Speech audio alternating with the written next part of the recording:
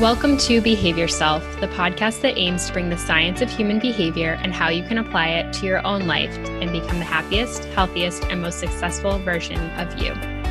We're two behaviour analysts with backgrounds in personal training and nutrition who struggled in the past with confidence, weight loss, breaking promises to ourselves, and constantly trying the quick fixes.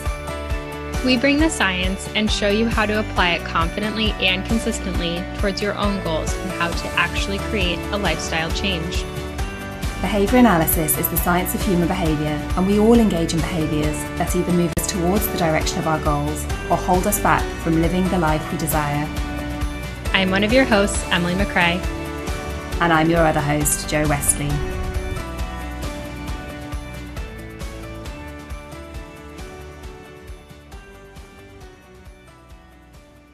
Hi. Hello. How's it going? I'm doing well. How are you? Yeah, I'm good, thank you. How have you been behaving yourself this week? I have been working on drinking more water.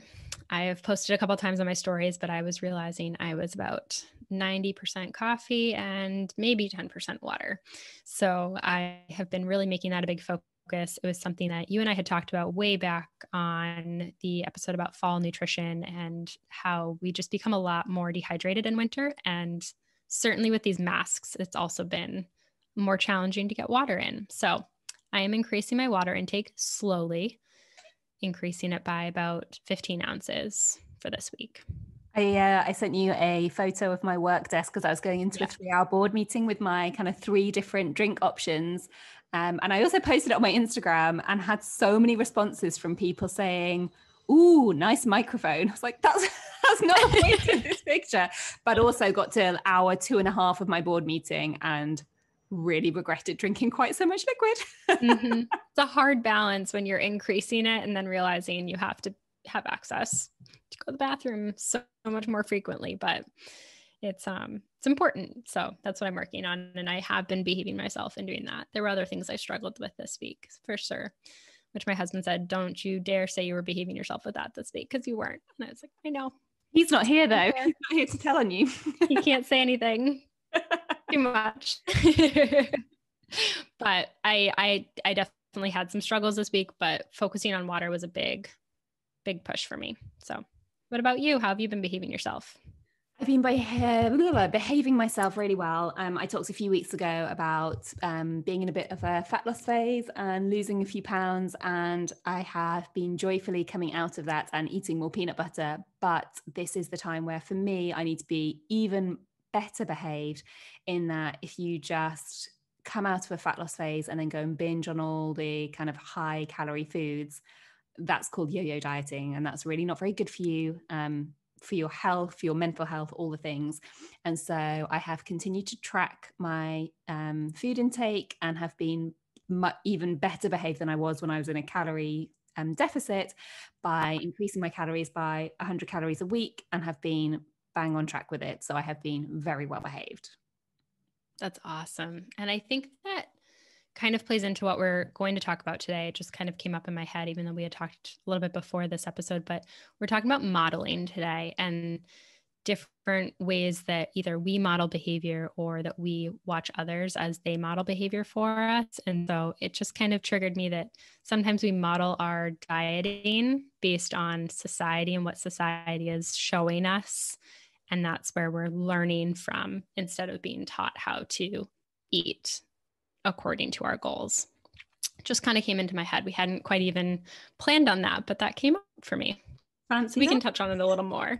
Yes, but so to be clear, let's go into modeling. Yeah, when we're talking about modeling, we're not talking about the two of us being models. Absolutely not. But modeling is where we are watching somebody else do the thing that we want to try and do and copy some aspect of what they're doing. So looking and learning, monkey see, monkey do, essentially. So the definition from Cooper, Heron and Heward, like we talked about last time, is our big Bible of definitions. Modeling can effectively prompt behaviors for learners who have already learned some component behaviors required for imitation.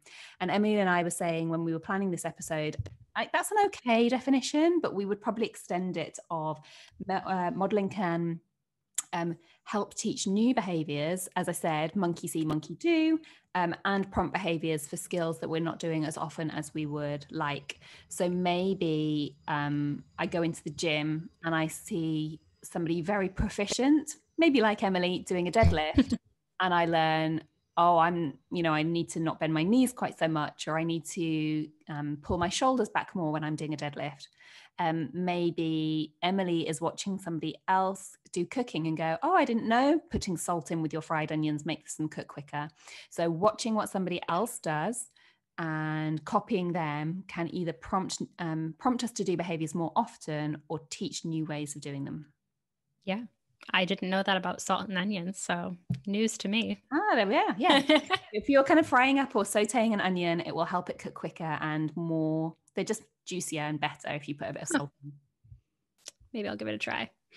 I also want to put in that we kind of talk about these physical action behaviors. It can also be verbal behavior too. And for all of our behavior analytic listeners, I know verbal behavior is a big power term in our world, but for any of our other listeners, it's language, how you're speaking, how you're imitating other people's language. And we'll get into a little bit more of that with how we're speaking to ourselves, to other people, about other people, and identifying verbally different actions as well. Nice. I think this podcast episode idea came from a listener who messaged saying, I'm trying to pull it from the banks of my memory here, who messaged saying that them and their partner were listening to the episode and they watch our stories on Instagram, and they were hoping that their other half would model more of our behaviors, whether that's exercising more or eating more vegetables or doing health behaviors, because at the moment they don't do a lot of those health behaviors perhaps. And so I think first of all, we can think about, in the behaviors that we're doing, who are we modeling to? So who are we being the models for, whether that's our friends, our family, our podcast subscribers, our Instagram followers, our children, whoever it might be. Yeah. And I think it's really, parents see it a lot of, the kids are always watching. When I was working in an ABA clinic, my behavior techs were always watching RBTs.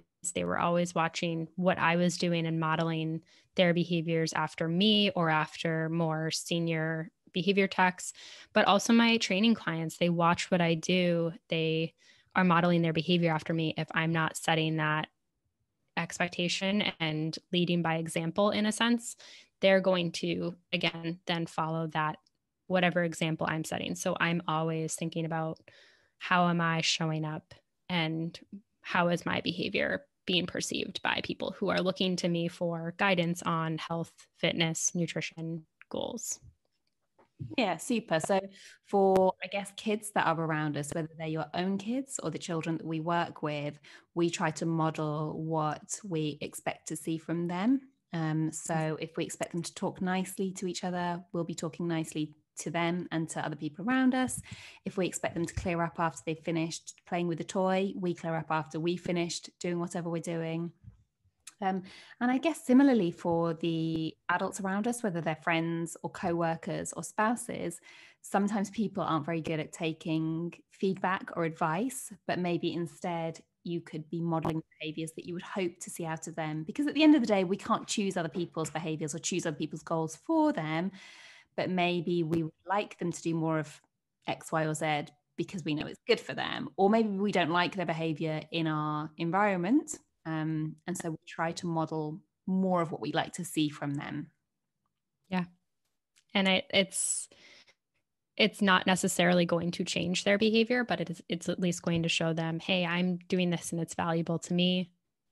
Maybe they'll jump in. Maybe you engaging in that behavior, trying to model, actually makes them more likely to engage in it as well. So there was a podcast that I started listening to, and we're good friends with the podcast host now, but I started listening to it long before my husband did. And there was no way if I said, here, listen to this podcast, similar to our listener that she wants her significant other to listen and do these things. If I made him listen, he wouldn't be likely to actually listen and enjoy it. But as I began to listen over and over again and talk about it, he started listening, and now we're good friends with these podcast hosts. So you guys know who you are. Kevin and Alan.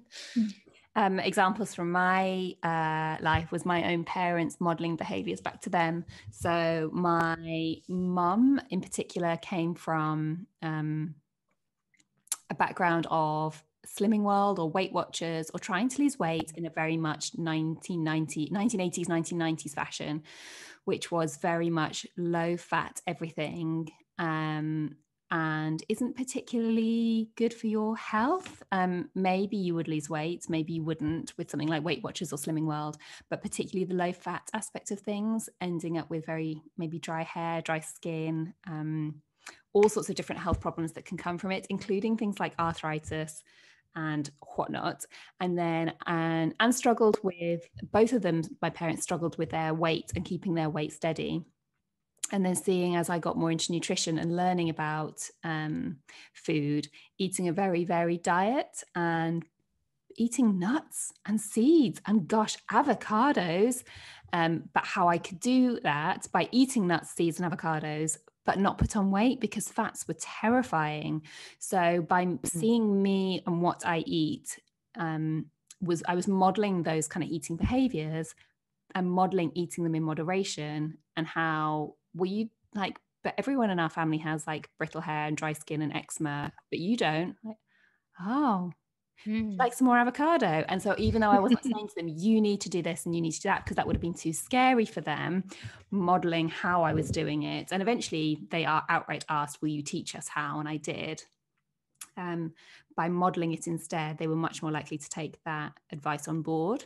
And then the same with my husband, Jim. Anyone that knows me knows that I do plenty of exercise and at least go out for a walk every day, if not do actual exercise. And he has a desk job and sits at a desk for 12 hours a day most days, and didn't used to do a huge amount of exercise. We had been dating and married for 3 years before my modeling had any effect. And now he exercises 3, 4, 5, sometimes 6 times a week. And sometimes it's just 20 minutes on a stationary bike, but it's something. And I honestly think if he hadn't seen me getting up at 6 a.m. every day, sometimes 5 a.m., and working out consistently and the importance of it, if I'd have said to him, and to be fair, I did say to him, you need to exercise for the health of your heart, you need to exercise. And his own parents said to him, he didn't take it on board, and he did nothing for years. But through modeling of both me and people around him modeling those behaviors, he took it on board and now does it as well. And I think it's an important thing to recognize, like when you have somebody that you care about, that you want them to start, not pushing it on them until they're ready, either eating or decreasing soda or whatever it is that you want them to change. Like telling them or making them is not going to make it enjoyable, sustainable, effective, anything like that. They're not going to be likely to do it, but just continuing to show up and model it over time, it will happen. Yeah, super.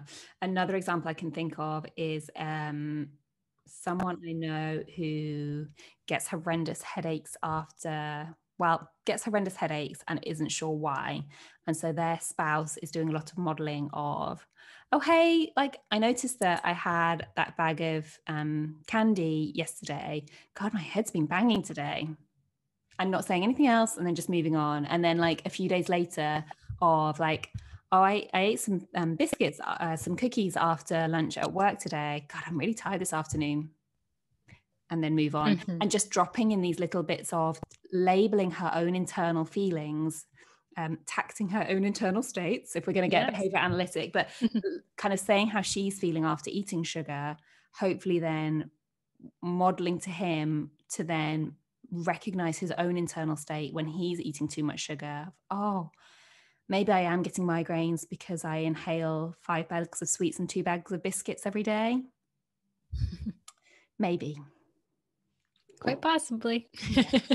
But I like that little kind of just labeling what's happening, and that, like we said before, that verbal behavior of modeling. And sometimes we don't understand how to label what's actually going on internally, externally, what we've done, or owning up to it and saying that I've, eaten a whole bag of candy.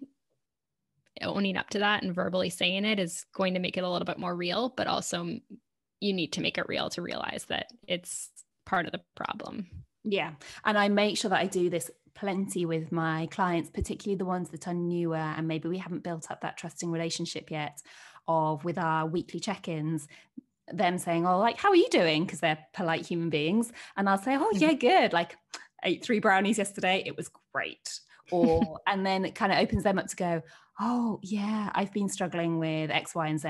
Or, oh, yeah, like, actually, I decided to have X, Y, and Z. And me modeling honesty or openness in a relationship then models for them that this is an okay place to do this. Yeah, I do that when I have clients, initial clients, and test, like looking at their push-up form, and then I show them this trick with a band to make it easier. And I always tell them I struggle to do 2 regular push-ups on my toes with proper form. And with this band, I can do 10 of them with no problem. But if I were to just do that band, well, they'll be like, well, you can do them. You're a trainer. You can do push-ups. And so I have to model to them and show them, this is where I'm at. I still struggle with these. It's okay. I'm going to show you what I use to also help progress that. I'm going to need that video model at some point. So maybe could you do a video model of that? Because I hate push-ups and I can do them, but I'm pretty sure my form is awful. But maybe could you make a video? And I can. I have yet to figure out. It's great at the gym when you have the squat racks, but it's something I've yet to figure out how you can do. You can do it at a park, but how you can set it up at home, I need to figure out a way in case we get put in another lockdown and we can't be at the gym or something, because it's incredible. It's magic. I will upload a video and save it to our highlights. Do you put the band around your chest and then a squat rack above you? No. So I'll upload a video. It's hard to visually, but it goes under your hips and then you do the push up and it helps lift you up and it gives you that support. It's really cool. I like it. The only magic trick I know. I like it. From salting our onions to bands around our hips. We've got all right. Today. We've got it all. So the other side of it today is not only who are you modeling to, but who are you watching and who are you modeling from? You often hear the phrase, don't you? Like, you're the sum of the 5 people closest to you.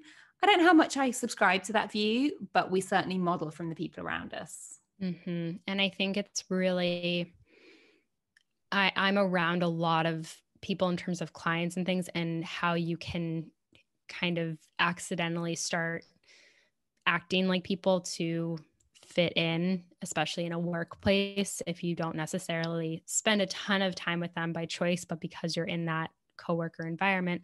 I have wonderful coworkers, but I've been in places where the language or the gossip is not enjoyable to be around, but you kind of start to assimilate to that and start speaking like that or acting. We were talking about kind of being in our 20s and we had the groups of friends and you would go out and drink, and that was the behavior of the group. So you start acting like those friends in the group versus maybe setting business goals and becoming the CEO of your own business.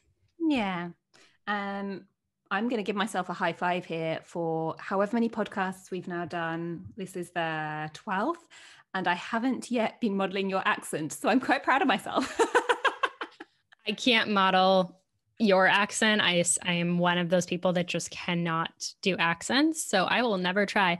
But I will say that one of my clients said that she loves listening to you and wants and continues to try and model your accent because she loves it. So, and I told her that I would let you know that. So she'll be very happy to hear this episode come out. But thanks. I guess what we've talked about a little is who we want to be around and about being in an echo chamber. So often we surround ourselves with people who have very similar views to us, which can be a great thing. But often we then end up in this echo chamber of having the same views, the same values, the same behaviors. And that can be a really good thing if all of you have maybe the same values and the same goals and you're working towards the same direction. But it could be a really bad thing because you get stuck in this echo chamber where you never hear alternative viewpoints. So making sure that you're getting a range of different views, but also you're working towards your values, not somebody else's values. Yeah, that's huge. And I think we can tend to surround ourselves with people who will tell us either what we want to hear or what feels good versus maybe what we need to hear, which is why having other perspectives can help us see more of what we need to hear, what we need to be doing versus things that make us feel good and that we enjoy. So it's a balance of both. I've been reading a book by a British personal trainer called James Smith. His book's called Not a Life Coach. And his view on the world is just so opposite to what most people think. Like you read the book kind of going like, oh, well, that's a different way of looking at things. And I really enjoy it because I might not agree with everything he says, although he's actually very eloquent in what he says. It's just really nice to then be jolted out of my echo chamber to then consider like, so is what I think then still true for me, or can I reconsider it in a different frame of mind? Yeah, it's huge. It's always good to like get other perspectives. You don't have to take them, but just hear them and see them. And I think we're going through a lot of that of trying to like figure out what to do for like during a pandemic of how we are processing things and seeing different perspectives. And you don't have to take every perspective and adopt it, but understanding and seeing it that there are other ways and paths that you can take. There's not just like one path or one perspective. Yeah. So then I guess taking a step back and a broader look at who you're modeling from, whether that's your friends and family who are a little bit trickier to change, or whether that's who you're following on social media or wherever you're modeling from. Are those people acting in a way that you would like your best self to be acting, or are they not? Are they bad mouthing people? Are they eating food that you wouldn't want to eat? Are they talking in a way that you wouldn't be particularly proud of? Or are they doing things that your higher self would be doing? And who are you modeling from? And yeah, could that be changed? Mm-hmm. And that's a big thing on Instagram and social media is you can curate what people are on there. You can unmute or you can mute and unfollow and all of these different things. So there are certain people that I just started unfollowing because I just didn't need their stuff in my face and it wasn't benefiting me and I wasn't learning anything from them and it was more just wasting my time. Mm-hmm. Maybe they're beneficial for somebody else. Awesome, but not for me. And so you can clear that out. You can clear out the space. You don't have to follow every single person. And Instagram gives you a nice little not unfollow, but you can mute people. So you can still be following them if you care, but unfollow them. You don't need to be following anyone that you don't want to be following. I certainly sometimes catch myself thinking like, oh, I don't want to put this meal on my stories because it's really ugly and it's me eating a bowl of like tinned fish with steamed broccoli and a pile of cucumber because I've run out of other vegetables. And I'm like, oh, it's not pretty. And then I think like, no, I'm modeling that even when I'm in a rush and I don't have time to go to the grocery shop, I still have tinned fish in my cupboard and I still have old cucumber at the bottom of my drawer. And I'm modeling to other people like that's still healthy food as well. And that's still okay. Yeah. And sometimes that's what our food looks like. And it's not always pretty and set up to be Instagram pretty or anything like that. Yeah. So, okay. Awesome. Super. So takeaways from this one, I would say just think about who you're modeling to, the behaviors you want to be modeling to them, but also whose behaviors are you modeling from. Yeah. It's big. Take a look at who's in your circle, who's supporting your behaviors and who's really kind of watching you and what you're doing, but who matters. So lots of different questions you can ask yourself. If you guys have questions, always feel free to reach out to us. We're more than happy to answer your questions. Where can they find us? Because I always fudge. So on Instagram, you can find us at behaviour self pod. And to hear or get more information from me, you can go to at emily.a.macrae, MACRAE. And to find out more from Jo, it's at the Behaviour Lady. And remember, she's from the UK. So behavior is spelled with a U. You can also email us at behaviorselfpod@gmail.com. Man, we got all of that right this time. Whew. So And always, as we said, if you want to do some good modeling, we are going to put a visual task analysis of how to leave a review, a 5-star review on any podcast platform. So go to that kind of task analysis that we've put up. Maybe it'll be a video, maybe it'll be a visual kind of task analysis. We'll do both. Sure. We'll kind of do it all. And go and do some good modeling from that, and go and leave us a good review, a 5-star review. Tell your friends and family about it. That's how we're going to be able to spread the word and help more people. Yep. So we'll link that in the show notes, and we'll post it on our Instagrams and share it everywhere for you guys. And you can also, it will be in the resources if you go to the Mighty Network, and that's behaviorself.mn.co. Again, everything is linked in the show notes. You can click right on the links from there. Okay. As always, a quick disclaimer: we're both behaviour analysts and qualified in our respective fields, but this podcast is meant for education and information sharing only, and shouldn't be taken as personal, medical, or behavioural advice or services. Wonderful. Perfect. All right. We'll see you guys next week. See you soon.